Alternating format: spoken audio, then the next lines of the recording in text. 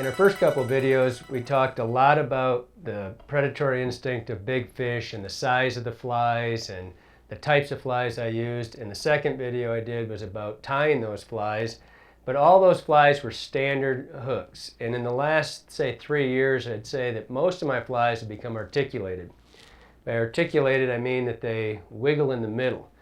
What I did was I was trying to get a fly that mimicked a jointed rapala. And because there's just nothing more deadly, and I wanted more action to the fly than just extending something out the back. And I started working with different types of articulations. And what I was trying to get was an S-curve swim. So when the fly was, running away from the fish, it was swimming like this as opposed to just wiggling. All the flies we're going to look at now have the same articulation. Basically, they're all put together the same way. And you'll see that what you get in the water is a fly that actually has lifelike motion to it. I think it's made a big difference in the flies. The takes for sure have been more aggressive, and we're getting quite a few more hits on those flies. So what we want to do is I'm going to show you just 3 or 4 of the basic articulated flies, because like I said, you can adapt anything, any fly you want, and make it be an articulated fly. But I think the critical part of it is getting the articulation right. Originally I used 20-pound Maxima, which was basically just the first starting point, because that's, I just was kind of experimenting. And since then, we've started to use a few different materials for that. The first one after the 20-pound monofilament was this big wire. It's stainless bite wire. What this stuff is for running shock tippets for barracuda, muskies, and pike. And the big asset to use in that is that it's so thin.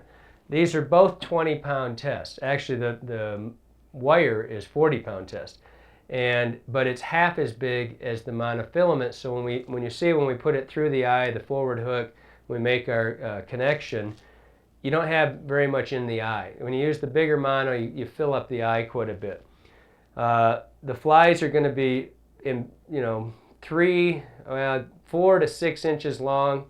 I pretty much, for myself, and I know there's a lot of people that are fishing larger, but I tend to leave it somewhere under 6 inches. Most of my flies nowadays are 3.5 to 6 inches long. This would be like the Fathead series here. The biggest fly in this series, 5.5 inches long, and that's nice. I mean, it's a comfortable fly to cast. Seems to trigger just as many responses as an 8-inch fly.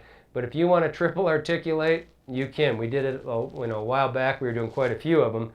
But for the most part, nowadays everything's going to be double.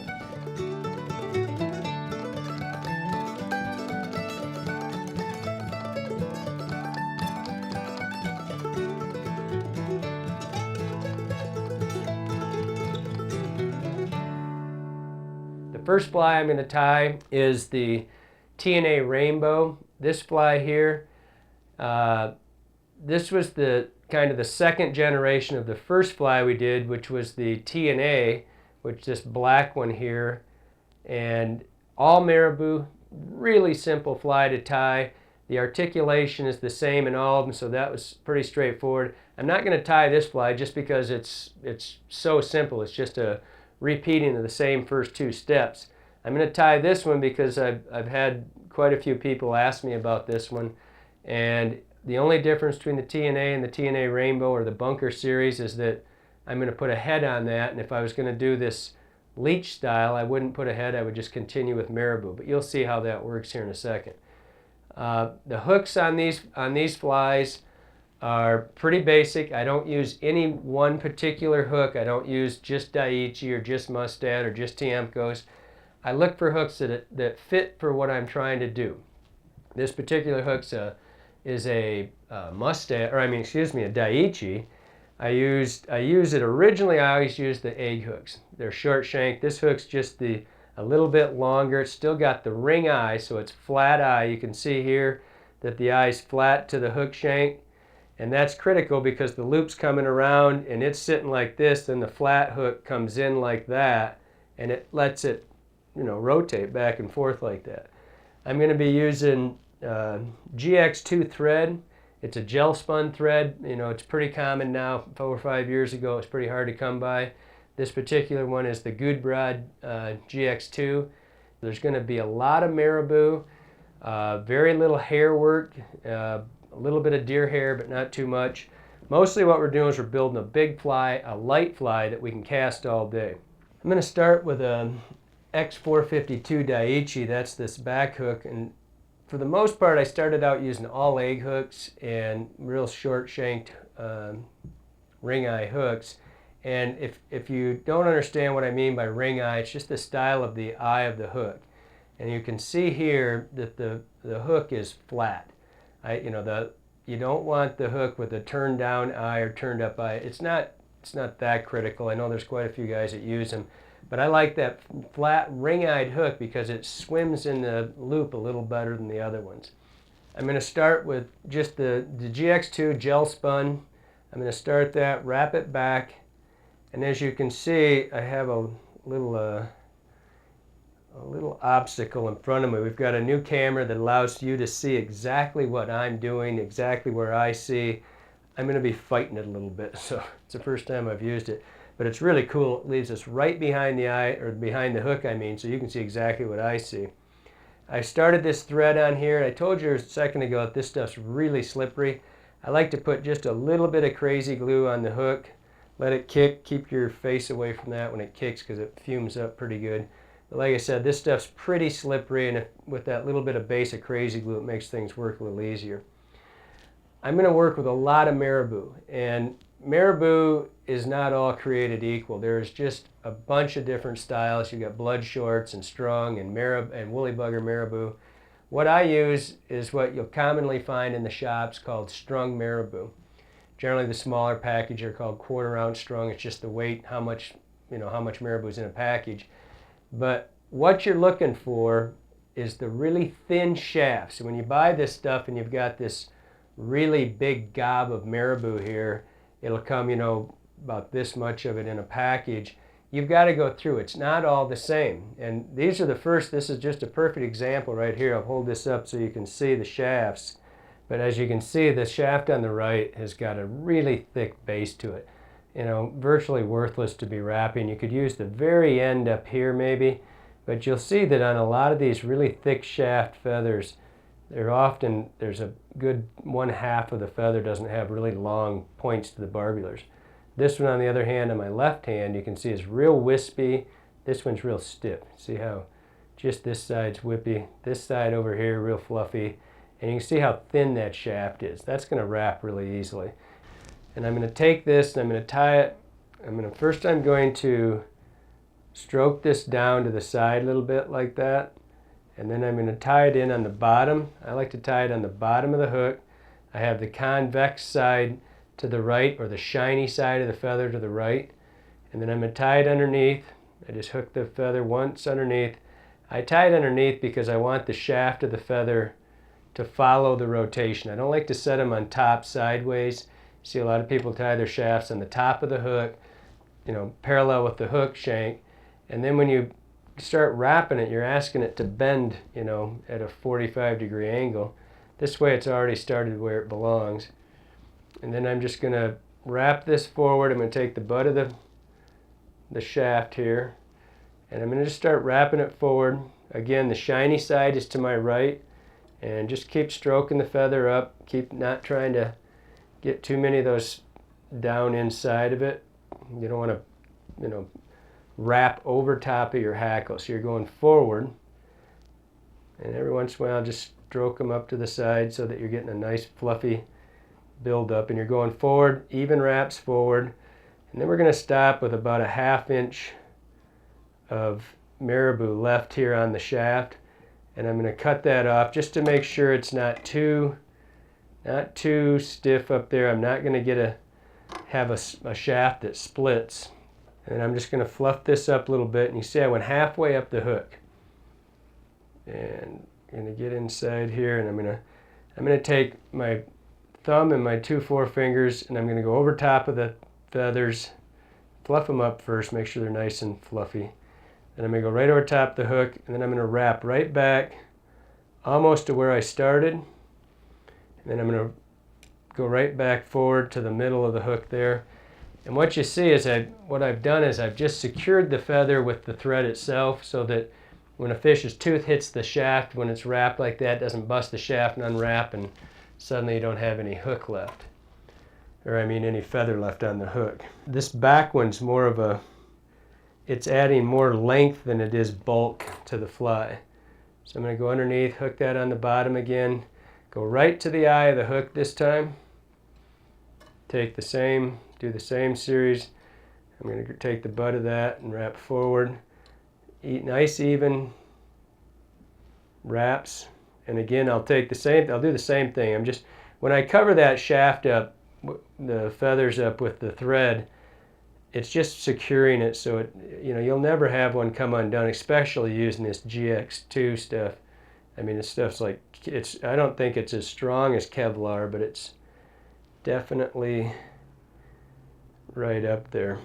And it's a lot easier to work with. Now I've worked that to the eye. I'm fighting with my little chest camera here a little bit because I'm not used to time with this thing sticking out of my chest. But again, I'm going to fluff it up a little bit. So just grab it. Start casting the thing, it'll fluff up on its own, but I like it to be all fluffy. Go right over top of it, about halfway down it, and then I'm going to come right back forward. Now I'm going to take a piece of olive marabou. If you're tying a shad pattern, I'm going to do a rainbow pattern. I'm going to be doing this little rainbow right here. It's called the T&A Rainbow. If you're doing a shad pattern or a little brown trout or whatever, you just, make it color combinations that you like. I'm simply doing this top feather that we're going to put on now for contrast to make it look two-tone. I'm going to take just one olive marabou feather. You can see this one here is, hey, slow down. This one here's got a little bit of a thin shaft.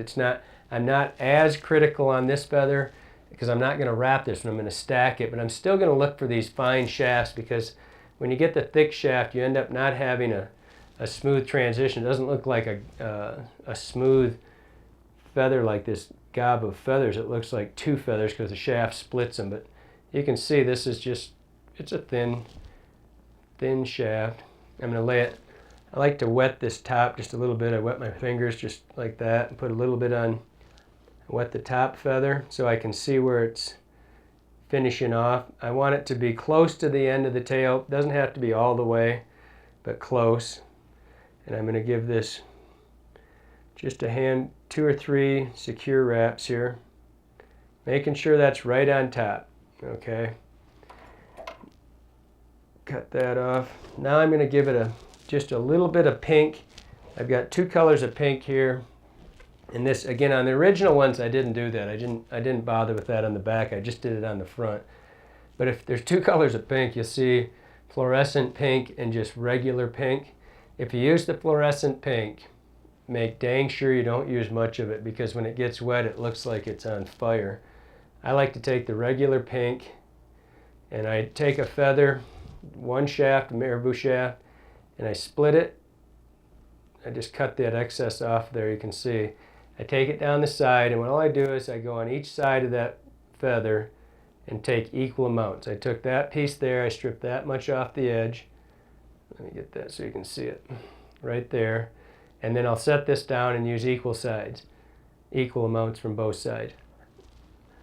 I wet that a little bit, put it on the side of the hook, and just put 2 nice tight wraps. Now I'll pick up this same feather and turn it over so I can see that I've got even amounts. So I stripped even amounts, wet that a little bit so you can see I wet it so it's just not fuzzy, it's not flying all over the place.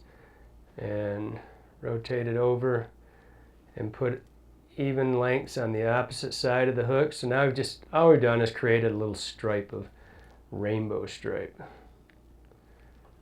Cut off both sides. You're not overly concerned with the finish on this head because you're not going to be able to see any of it once this fly is done.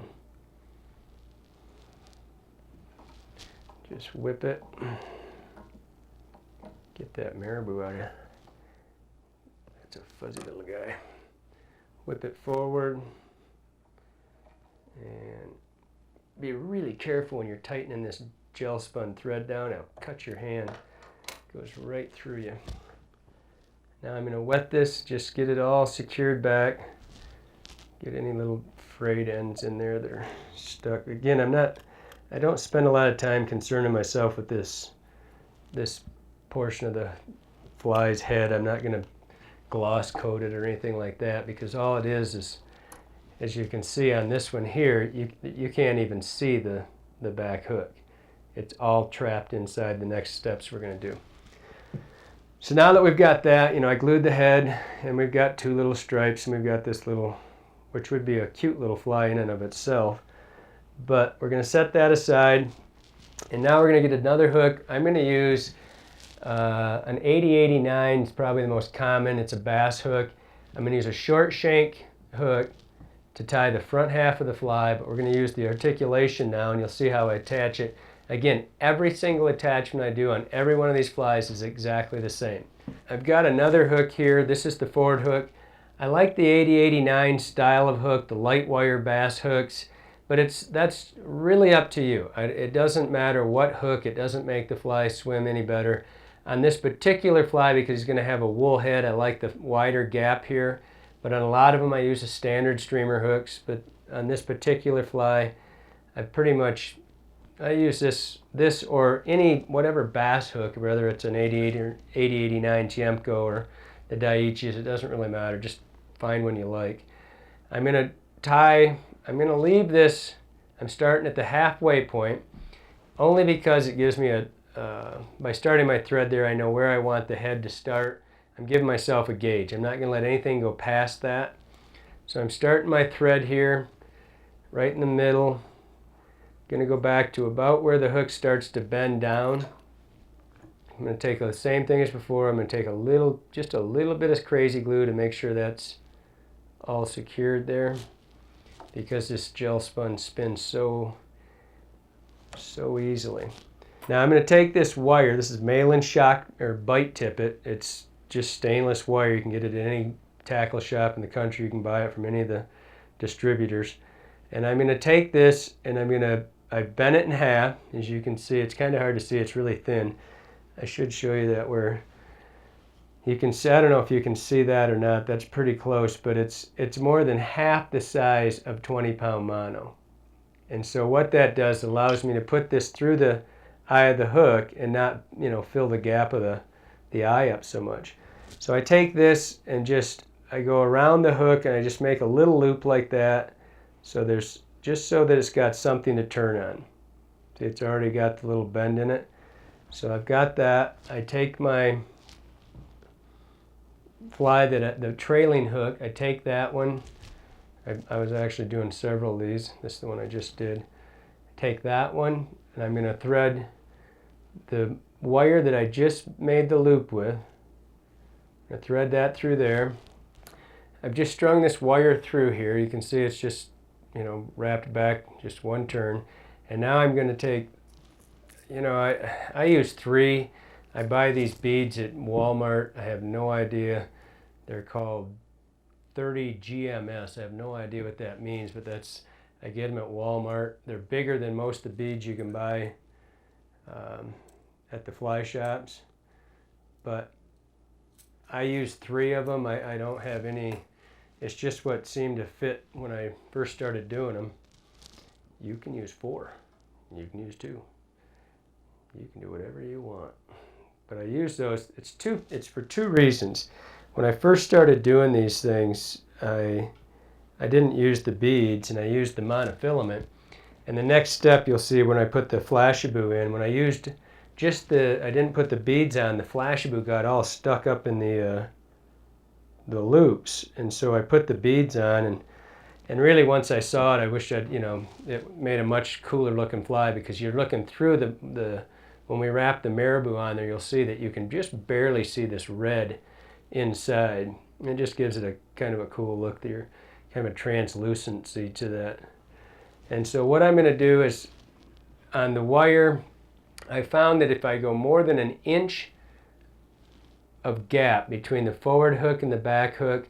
No matter what you use, you're going to get wrap. If you use less than an inch, I usually put mine on there just about 3/4 of an inch from where I'm going to secure it. You'll see I'll put that here to the eye of the hook. If it's more than an inch, you're going to get wrap around, and it won't matter what you use, it'll still happen. And the big thing here, as you can see, I'm going to switch over. I'm going to get this kind of tight enough so I can see what's going on here. Button up my sleeve so I can put on my little glasses.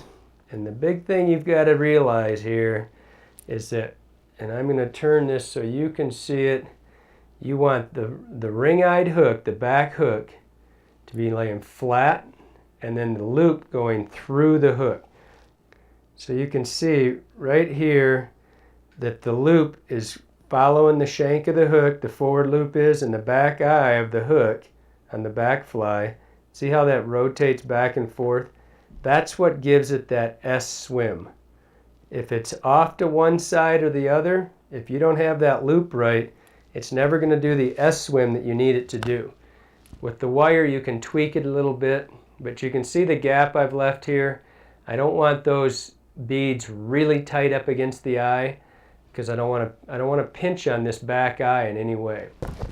So this is especially important. I mean, this is the most critical part of this entire fly. You can pretty much screw up the rest of it, but if you screw up the attachment, your fly's not going to swim the way it's supposed to. So just take time, make sure it's on the side, wrap it forward, get it nice and tight before you secure anything with the putting it back through the eye, which you'll see here.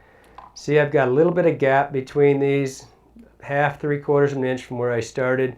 And again, that's totally up to you how you like your attachment. But what I do is I get that set up, just pick this up, and I'll put both of those back through the eye of the hook.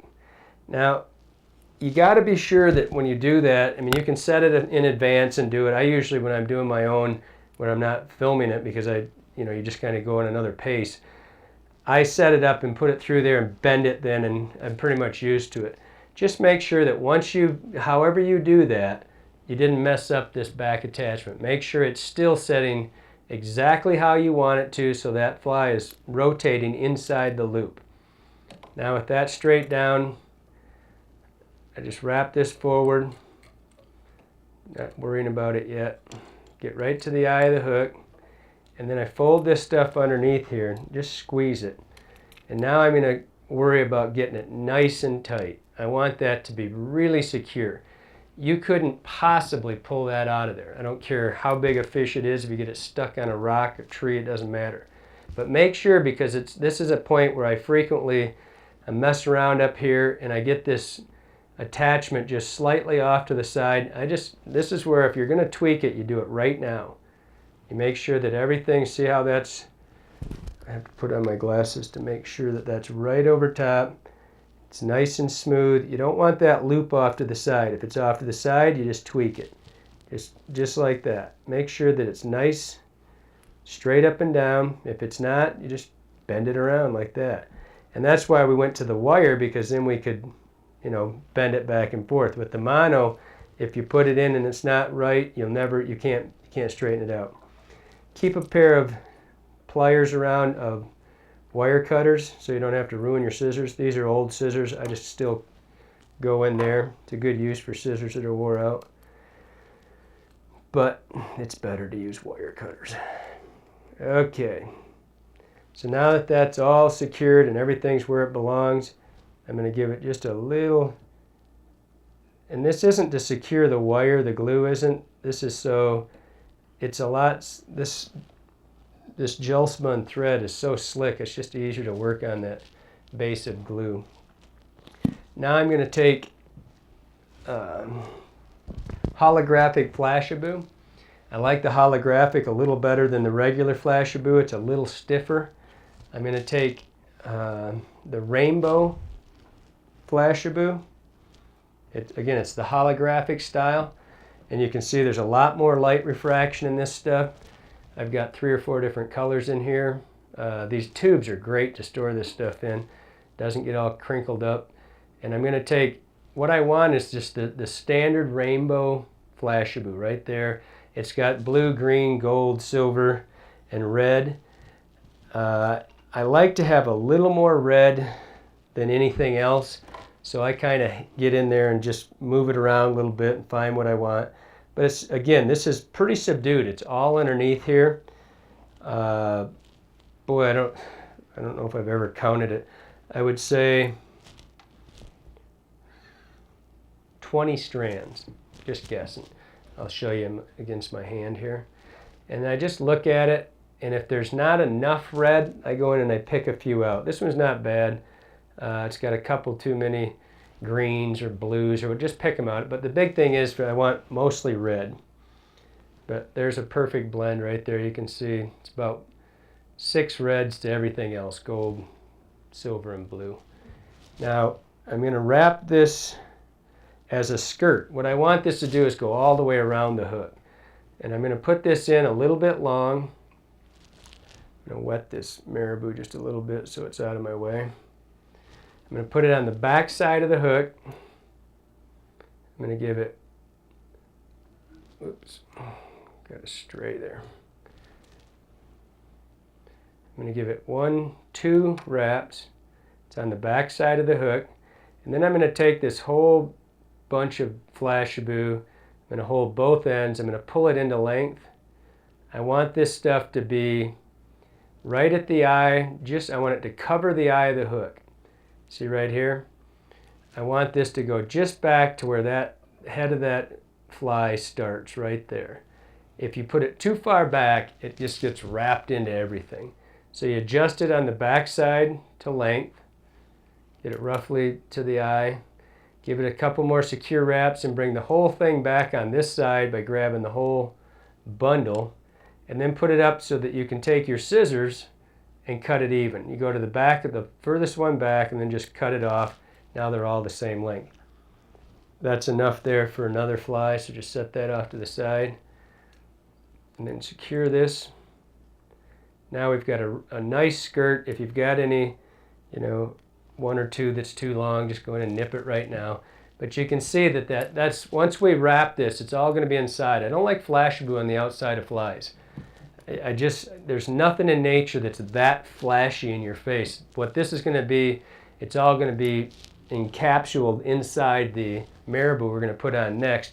So every once in a while you'll see a flash of marabou as opposed to, really in your face constantly. So now I'm going to strip the bottom. Still, you can see I've got a really thin shafted marabou, and because I stripped quite a bit of it off, I may put 3 on. I'll just see how it looks once I get it tied in there. So I'm going to go underneath, tie it in on the bottom, and just come around. Same. Now we're just going to repeat this. This is exactly the same fly that we just did before. 2 wraps, come in and cut the base of that shaft off. Same thing as on the other one. Pick it all out, get it nice and fluffy, and then wrap right back over top of it. It would be virtually impossible to break that feather out of your fly at this point with that gel spun thread over it. And you can see it really doesn't compress anything because it's still fluffed out around everything, but you can start to see now what's going to happen. See how that's inside there? It's not in your face. It's stuck inside the marabou. We're going to put a second one. It's going to be even more so. And so they aren't always flashy in in the fish's face. It's the minnow's defense mechanism, so he's not, if they were always flashy, the trout would see him constantly and eat every one of them. Cut that off. Okay. This is nice. See, this is a big feather here, this big plume of marabou. I'll get away with two feathers, and I'll have plenty of bulk, lots of color for the white. Okay, you can see I'm right about at the halfway point, just a little bit forward of it. But now I'm going to do the same thing. I'm going to go back over top everything, just like that. And now I want to go just a little bit past, get out of the way, just a little bit past the halfway mark because I still have other things to put on it. And then I'm going to, when you come back over top of that and you secure everything down, just take a look at everything. Make sure nothing's tweaked anyway. Don't have any, the feathers aren't off to the side, the marabou isn't caught up into the flashabou, because after this you're pretty much done. If you had to go backwards now, you could. So everything's secured nicely. Now I'm going to look for the longest piece of marabou, olive marabou I can find. And I was telling you earlier, I'm trying to find as long a plume at the end as I can, because I don't want to have the shaft in there. If you tie the shaft in, you can always, it probably doesn't matter, but it just looks bad. But I'm going to take the longest piece I can find. And because this is supposed to be the back of the rainbow, it might take two, but I want to make sure that I go all the way back over the front marabou and tie into the back marabou so it's all green, the whole back's green. Generally it takes me two feathers of marabou. So I've got one, make sure it's nice right on the top. If the shaft, when you're working with this stuff, if there's too big a shaft, it'll constantly roll on you. And so you're looking for that, still looking for those thin shafts on the marabou plume. Take another one. You can see this one's nice and long. It's going to tie in nicely right over the top. Just a couple secure wraps. When you're tying in your materials, just do one or two secure wraps where you're not cinching it down, and then take the base of the feather and the tip of the feather like this and adjust it. Just manhandle it. Get it where you want it. And once it's down and you know it's there, give it that pinch and just then go in and secure it. 2 or 3 wraps over top of it, cut her off, bring it back. Again, now we're going to repeat the same steps. We're going to go in and from the first fly, the first hook, I'm going to go in and select a pink feather. You want to get a kind of long one for this one because you've got to tie in.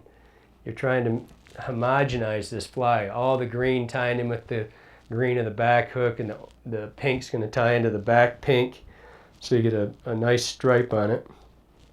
And so I'm going to use maybe just a little bit more on this one. You can see I'm going to use probably a 1/2 inch on the shaft right there. And I'm just going to pull it off the side, set that down so I can use the other side again. Just wet it a little bit. And now make sure that this goes back and ties into the back one. You got to kind of see how long that is. So I want it to go back so it ties in. So I tie this on this side. 1, 2, just making sure it's where it belongs. I'm not going to secure it yet. Go to the other side of that marabou feather, pull off even amounts, wet it, get it for length so they're the same length. Tie it in on the back side. Make sure that doesn't roll under. That was about to roll under on me. 1, 2, and once you've got that in, I like to leave it. I just cut the bases of it off, and then I just wrap this stuff in. Try to keep it even on both sides. You'll see why I do that in a second. Just going to make that pink will show through on underneath the next 2 steps we're going to do. It looks a little better. All right, check both sides. Just make sure everything's nice and smooth here, that your stripes, pretty distinct. And because we're going to move on to the head now, just make sure everything's where you want it, because we need to fix something. Now it's time to do it. I'm going to use 2-tone ram's wool. I'm going to try to blend it as close to the colors I've got here as I can. It's not always easy to get the colors to match. It's not that critical. I mean, you try to get them close, but if it's a little shade here or there, I'm pretty sure the fish won't reject the fly for it. But I'm going to take this ram's wool. What I'm looking for is the really fuzzy stuff. I've got some stuff here this is ram's wool as well. I mean, you look in the packages, you just got to look around. You can still use this stuff, but it's a little thicker. And it's not, I like this really coarse, you can see the difference. One's kind of got a little fuzzy, feel to it. It's more, I don't even know how to describe it. It's just softer, and this is coarser. The one on the left, you can see I've used a lot of it. It's a lot easier to work with. So just look for the real coarse stuff. It's real, it's almost wiry. So I'm going to start with the green, and I'm going to take just a little tiny, you don't need to have a bunch of this because we're going to cut 90% of it out before we're done anyway. All right, I'm going to take a piece, and I don't know how to tell you exactly, but it's about the width of a popsicle stick. All right, you can see that there, and it spreads out a little bit. And then where I cut it off, I'm going to just go down and break the ends, clean the ends out so I don't have the really thick stuff at the bottom that's all clung together. I'm going to take the ends of the hair, which would be the normal hair, just like deer hair or anything else, the ends of it, or the tips, and I'm going to lay that on the back. And this is why I left that pink in there, because I'm going to not try to hide that. I'm going to leave as much as I can to leave that pink stripe. And I'm going to do 1, 2 right over top each other. Now I think you can see that with this little chest camera we've got here. 2 right over top each other. I'm going to put my finger, my thumb and my forefinger on the back side of it, and I'm going to just tighten that down as tight as I can. See how neat that is? Without letting off pressure, I'm going to go 1, 2 right in front of that. Now I've got a little mohawk sticking up. Now I'm going to take the same amount of white. I just cut that white off. And then make sure you clean this stuff out of the bottom. Just get that out of there. I've got a comb here. You'll see we're not using this for anything other than silhouette. I'm not using it to build bulk in any way. We're going to cut most of it off. So I'm going to take this one, I'm going to reach underneath. I'm going to do the exact same thing. Going to go right tight. See where that is? See, I can still see the pink on the side here. I do 1, 2. Right. You can let go of everything at this point. Make sure it's where it belongs. And then pull right straight down, really tight. Pull it back. You've got 2 wraps on there. Pull it back and do 1, 2 secure wrap right in front of it. That stuff is locked in right now. It's not going anywhere. So now I started right at the halfway point. I'm going to go, what was left, I'm going to go to the halfway point of that again. I'm going to take another piece of wool. Got too much there. About the size of a popsicle stick. I'm going to clean the ends out so it's nice and smooth there. So I'm going to do 1 more here. I'm right in the middle. You can see on the hook where I'm placing this one. All right, make sure it's on top. 1. This one's tight. The second one's tighter yet, and you just pull it as tight as you can. Make sure you hold the hook though. Don't try to pull this without holding the hook. You're holding it right here. Got 2 really tight wraps, and now 2 right in front of it. The thing's secure as it's going to be. Now I'm going to take 1 more white. It's 4 stacks, 2 green, 2 white. Reach over top of everything. Take this one, 1, 2. First what I do is I get it in position. With the first one, I put 2 on it, and I make sure it's in place, and then I unwrap the first one, tighten it, really just pull on it, 2 really tight. You can see there's still pink showing underneath there. That's what I'm looking for. So I make sure it's on there. Got 2 really tight wraps, 1, 2. Now I just go forward, and I'm going to whip this off. And pull that. Stuff's really slick. Be careful, it'll cut you. Cut it off. Okay, now I've got the mohawk, and at this point, if you've got anything, like I got a little white one right there sticking up, just get in there and hold both sides of it and just manhandle it. Just move it around, get it exactly where you want, and you can see if you've done it right. See that pink still showing? That's why I wrapped the thread over top of the pink marabou. It just finishes it off a little nicer. And make sure everything's on top nice. And what I usually do when I do these is I fluff it up as much as I can like this before I cut anything. Just take your tips of your scissors and fluff it out like that. Everything's good. And then I do a rough cut on it. and I go right to the eye of the hook, right here. And before you do anything, I didn't mention this, I want to make sure, you should see how thin this is. If you've done this right, it's going to be really tough to see until I trim it. So I'll go ahead and trim it. But there's almost, it's not really much thicker than the hook itself. You'll be able to see it better here in a second.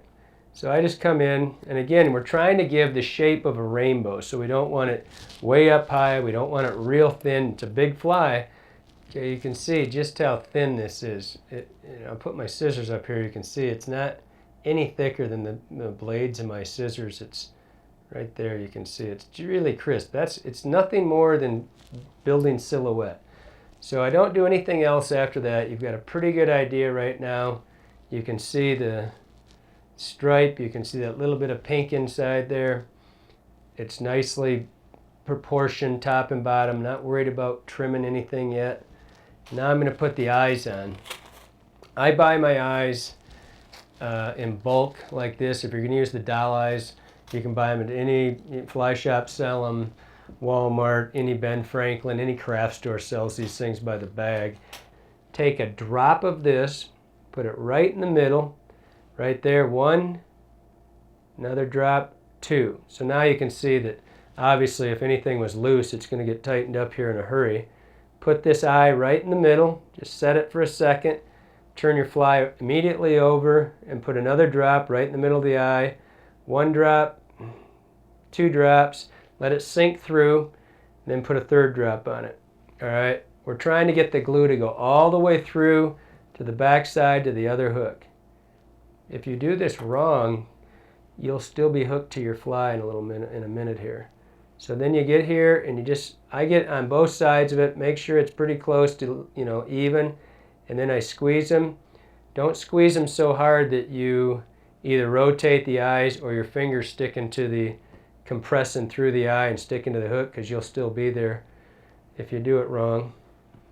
Just keep a look at it. As soon as you know everything's right, then squeeze them nice and tight. Keep your face back so you're not getting that, the gas kick from the glue. Once you've got that you'll feel it.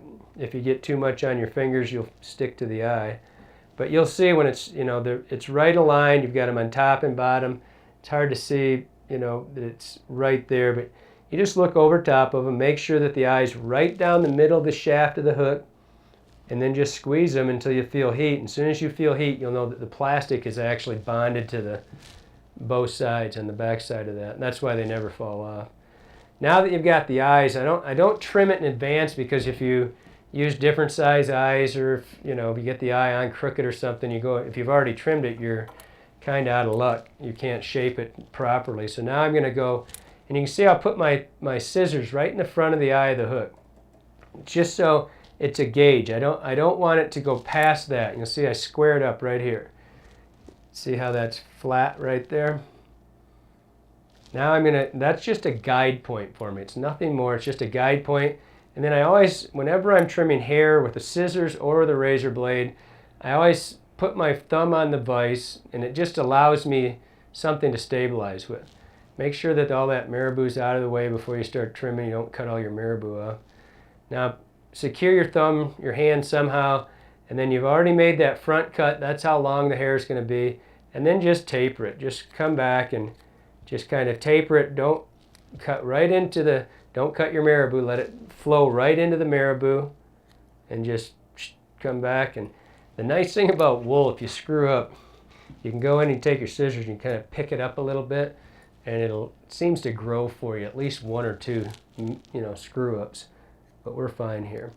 Then we're going to come in. You can turn it upside down. If you're using a rotary, do the exact same thing.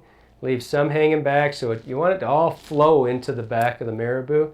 I've already got my distance cut, so I just come in and I cut a nice taper. Everything's looking good there. And now I've got a nice built head. It's nice and big. It's a little too big. I want it just a little bit smaller. And this is 100% up to you. That's what makes these things fun, is you can kind of trim and do it however you want, shape it however you want. And then one of the more critical elements of this fly because if you watch the first tape about streamer fish, you know I talk a lot about predatory instinct and triggering responses, and one of the things that I think really triggers a response is to have the fish feel like he's been laughed at. So I come in here and I simply take a cut right here, because if that trout sees this fly laughing at him like that, now he looks kind of like he's giggling. That's got to be a trigger element, don't you think? You don't really have to put it in there. So that's it right there. Now that's the whole fly. That's the T&A bunker. You can see everything's done. You don't have to do anything else to the fly. You trim it out. The fly will, this fly is really thin in profile, or width, but really big in profile. It's going to do the swim action, the S-swim action. But the critical thing that we just saw is this. This is the articulation for every other fly. When I do all the rest of the flies, we'll do a few more of them here. Everything, the articulation's the same, just the fly's a little different. And that is the original T&A Rainbow. If you want to do the bunker, if you're fishing shad, stripers love this fly. Bass love it. If you're doing shad patterns, just change the colors, take the stripe out, make it all gray. That's been one of my most productive flies.